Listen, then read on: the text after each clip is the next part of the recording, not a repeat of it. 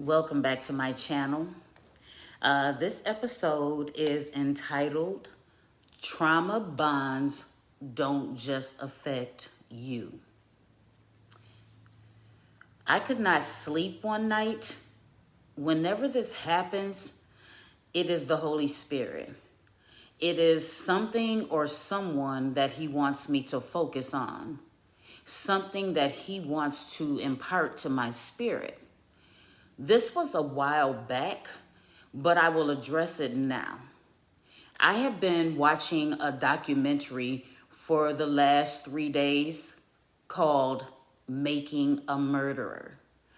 This movie was heart-wrenching on so many levels, but the callousness, the treachery, deceit, and manipulation had my spirit in turmoil. I was saddened at the state of man, but I also felt a righteous indignation. What is the Spirit trying to get me to realize?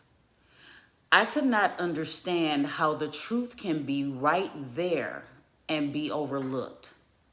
But I understood why, even though we wrestle against principalities and evil spirits and the rulers of this world, it will not absolve us as humans of the responsibility of living a righteous, holy life. It made me think about my own discernment, and I started to wonder why I did not see how my children were being manipulated and the maltreatment that they suffered during the quote-unquote marriage. I became starkly aware that I could not see it because of my selfishness. The real culprit was self-pity. I now realize why God is against this. I was so focused on what was being done to me and how the pain and suffering and the various levels of abuse were affecting me that I could not see what was happening to my own children. I blame myself because I have a gift of discernment. There is no way that I should not have known. You must put away self-centeredness to be aware of what is true, to see through the distractions that are purposely used to keep you bound.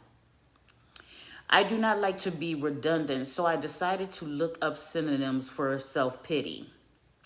The results: selfishness, self-loathing, self-disgust, self-hate, narcissism, and egotism.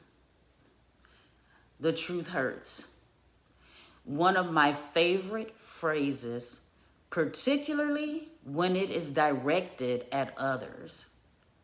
The disdain that I have for people who refuse to see the truth can be directly impacted by my own refusal to do so. This is profound, and that is why sincere self-reflection is necessary to maintain clarity and the closeness of the Holy Spirit.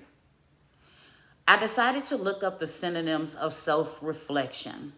The results: self-analysis, critical thinking, reflexivity, self-awareness, self-observation, and self-development.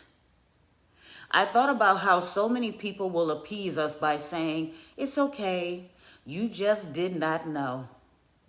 But, and for the circumstances and situations relevant to this, it is on you to ask yourself, why didn't I know? This is relevant to begin to see the long-range effects and trauma that keeps us in bondage today. There was one time that I almost walked away and immediately felt a weight, physically, though happening in the spirit, being lifted off me. I now know that it was God. And because I went back like a dog that returns to his own vomit, the situation became dark. worse. It was never ordained by God. So when he gives the green light, trust him and move on.